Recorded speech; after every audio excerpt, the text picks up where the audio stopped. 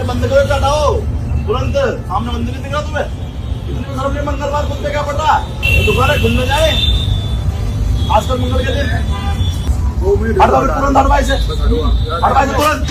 अरे मंगल को दुकान खुली दिख रही ना, आग लगा दूंगा 1 मिनट में। शर्म नहीं आती? मंदिर सामने है, आगे से दुकान ना खुल जाए, खास तौर पर मंगलवार के दिन। अगर खुली तो आग लगा दूंगा। तस्वीरों में बुजुर्ग मुस्लिम दुकानदार को धमका रहा ये शख्स ना तो कोई पुलिस वाला है और ना ही कोई सरकारी अधिकारी। महाशय तो धर्म के ठेकेदार हैं, जो खुद बताएंगे कि किसी शख्स को किस दिन क्या खाना है क्या नहीं, किस शख्स को किस दिन अपनी दुकान खोलनी है और कब नहीं।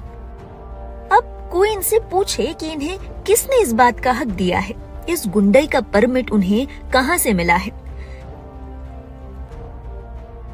ये दुकानदार पर न केवल दुकान बंद कराने का दबाव डाल रहे हैं, बल्कि उन्हें धमका भी रहे हैं कि अगर मेरी बात नहीं मानी तो दुकान को आग लगा दूंगा। मंगलवार की दुकान चल रही है, परमिशन है मंगलवार की परमिशन है। मालिक कौन है? मालिक आप हो? मंगलवार बंद करो तुरंत। अरे बंद करो, हटाओ तुरंत। सामने मंदिर नहीं दिख रहा तुम्हें? इतनी शर्म नहीं? मंगलवार कुत्ते क्या पड़ रहा है? हटाओ तुरंत। ये दुकान पागल है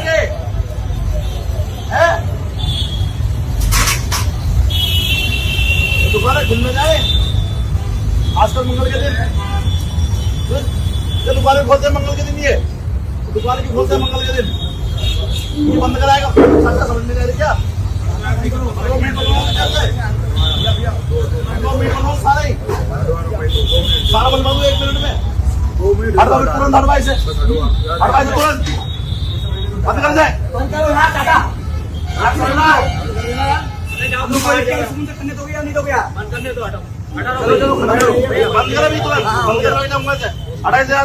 अंदर कर 1 मिनट में अंदर कर जाए। और मंगल को दुकान खुली दिख रही ना, आग लगा दूंगा 1 मिनट में।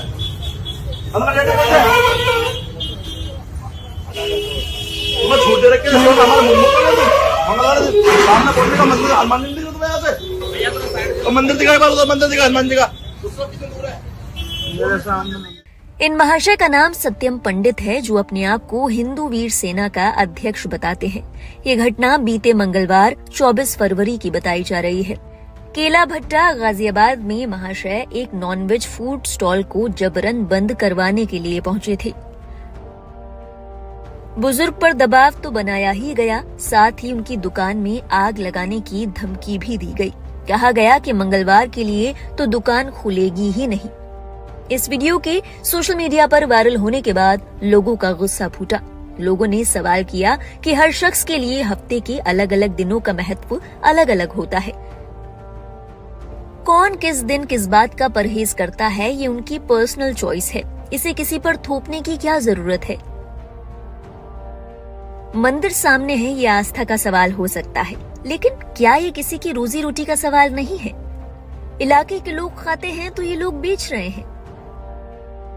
लोगों ने कहा कि इन महाशय को किसने ये अधिकार दिया? अगर तुम्हें नहीं खाना है तो मत खाओ, किसी को बेचने से क्यों रोकोगे? लोगों ने कहा कि दुकानदार के पास केवल मुस्लिम ग्राहक ही नहीं आते होंगे, हिंदू भी आते होंगे। कुछ लोगों ने तो ये भी कहा कि रोजे चल रहे हैं, ऐसे में ज्यादातर ग्राहक यकीनन तौर पर दूसरे धर्मों के ही लोग होंगे। तो ये बात एक धर्म विशेष की नहीं है। इन महाशय को देखकर लोगों ने सवाल किए कि ये लोग संस्कारों की बात करते हैं। अगर धर्म को छोड़ भी दिया जाए तो इस शख्स का बात करने का लहजा देखें। सामने वाला शख्स इनसे उम्र में कितना बड़ा होगा, ये साफ तौर पर देखा जा सकता है। एक बुजुर्ग से बात करने की तमीज तक नहीं है और संस्कारों का हवाला देते हैं। इस वीडियो के सोशल मीडिया पर वायरल होने के बाद कई लोगों ने ये भी सवाल उठाया कि क्या इस बारे में पुलिस या प्रशासन की ओर से कोई सर्कुलर जारी किया गया है? क्या सरकार की ओर से कहा गया है कि मंगलवार के दिन मंदिर के सामने स्थित नॉनवेज की दुकानें नहीं खुलेंगी? इसी कड़ी में एक यूजर ने लिखा, क्या इस इलाके में मटन की दुकान बंद कराने के संबंध में कोई कानून है और ये व्यक्ति कौन होता है? क्या उसे इस मामले में हस्तक्षेप करने का कानूनी अधिकार प्राप्त है? एक अन्य यूजर ने गाजियाबाद पुलिस और गाजियाबाद डीएम को टैग करते हुए लिखा, क्या गाजियाबाद में मंगलवार को दुकानें बंद करने का आदेश जारी हो गया है? कृपया इस संबंध में जानकारी दें। क्या दबंगई बताएंगे कि गाजियाबाद में कौन सी दुकान खुलेगी और कौन सी बंद रहेगी किस दिन?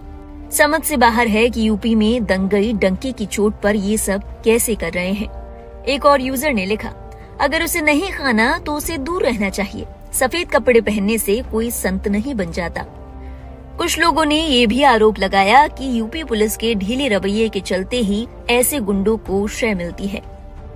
एक यूजर ने लिखा, ऐसा अक्सर गाजियाबाद पुलिस के क्षेत्र में ही क्यों होता है? पुलिस लंबे समय से ऐसे गुंडों से निपटने में असमर्थ क्यों है? कुछ लोगों ने तो इस बात पर भी गौर फरमाया कि चूंकि रमजान का महीना चल रहा है, ऐसे में इनके पास आने वाले ज्यादातर ग्राहक दूसरे धर्मों से, संभवतः हिंदू ही होंगे। ये लोग उन गुंडे लोगों की गुंडई का तमाशा देखते रहे। किसी भी शख्स ने इसके खिलाफ आवाज नहीं उठाई, जबकि वो खुद इस दुकान से नॉनवेज लेने आए थे।